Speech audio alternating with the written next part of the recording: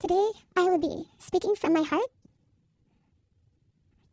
Lahat ng sasabihin ko ngayon ay galing sa puso ko.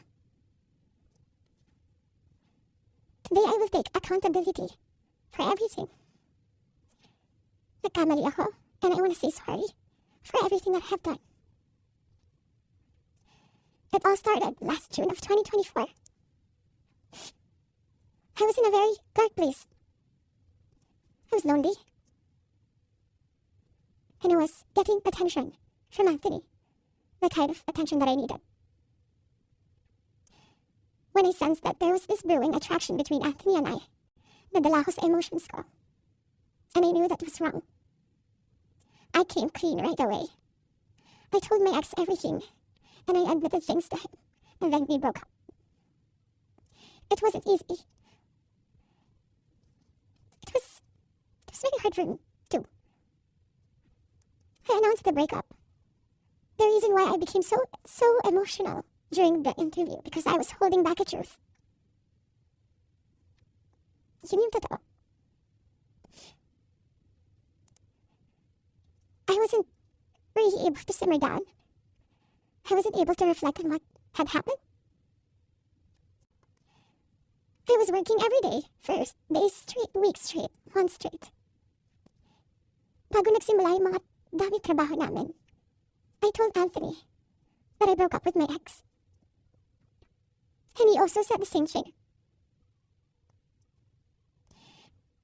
Mind you, I was in a very lonely place. I was so lonely. And I was so vulnerable at that time. Like everybody, nakaka-break lang. You would be so vulnerable. I was working every day. At sa lahat ng trabaho na yun, kasama ko si Anthony. Haaminin ko, sa araw-araw na pagtatrabaho namin, nahulog din yung loob ko. He would be very sweet to me.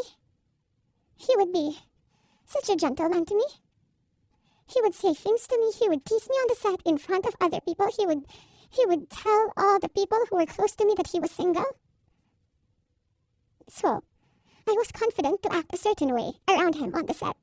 Because in the eyes of the people there, we were both single. Araw-araw kami nagtatrabaho, and September came. We went to Italy for our shoot sa teleserye namin na Incognito. And that, doon nag-start na naging deep yung pagkakilala namin sa isa't isa. I really fell.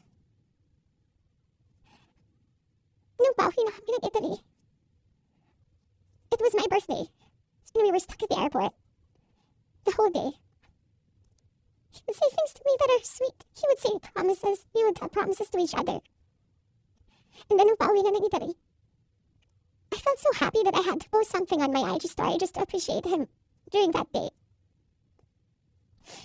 And then pagka-uwi ko, I think the next 2 days, I saw a post or reposts ni Jam on TikTok. Nakita ko lahat yun. And at the time, yung time frame na yun, nasa screenshots din na nangamusta ako. I said, kamusta si Jam? Nangamusta ako kay Jam. It wasn't because dahil alam ko na sila pa. Dahil alam ko na she was going through something and Anthony had to take care of her. But at the time, nagtatabaho pa rin kami and he would still be the same way to me. I would ask him. God knows I asked him, magkabalikan mo kayo? He said no. Do you still love her? He said no. He would say things na ako yung gusto niya and all. I really asked him so many times. And then the first wave of bashing on TikTok. Masakit yun para sa akin. I asked him, when are you gonna release a statement na wala na kayo? When? Because in the eyes of the public, you are taken, but I know that you're not. And you would be very sweet to me. When are you gonna release a statement? He would tell me he was waiting for the right moment. I didn't want to be pushy. I didn't want to aggravate things, so I waited and kept quiet. Because it wasn't my story to tell anyway. I kept quiet. October passed. We were working still every day. And then Halloween. It was the very first night we went out na medyo sweet kami sa isa't isa. The next day, Cham posted on her Instagram story. There were no names mentioned. There were no names, but People were insinuating that it was Anthony and I. So the waves of bashing came again. I asked him again, when are you going to release a statement? God knows how many times I begged for a statement. I begged him to fix this because I was so tired of getting bashed. He said wait, he's waiting for the right moment. I waited. I still kept quiet. I really wanted to speak up. But it wasn't my story and I would look really pathetic. Days went by. The press con of Incognito happened. He released the statement. To me, it was too late. Because at that time, I was slowly distancing myself from him romantically. The infatuation and the attraction died. But thank you for the statement. I thought everything was in the clear. I thought everything was gonna be okay. Ilang days na lumipas. The screenshots. When I read it, that was 10 p.m. on a Tuesday night. When I read it, I was gutted. I was shocked.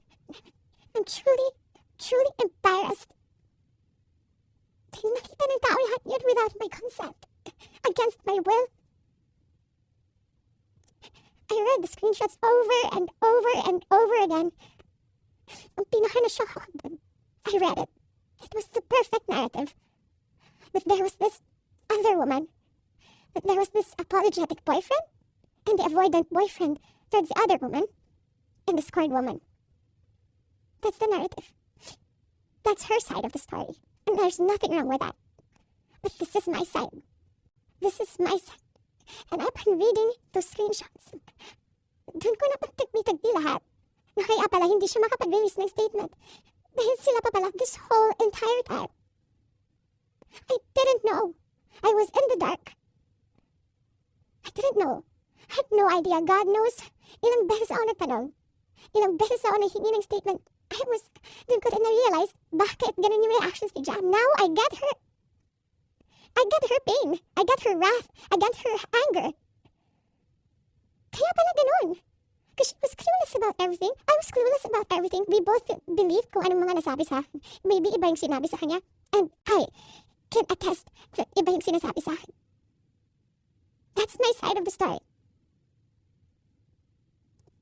I have so many things to say.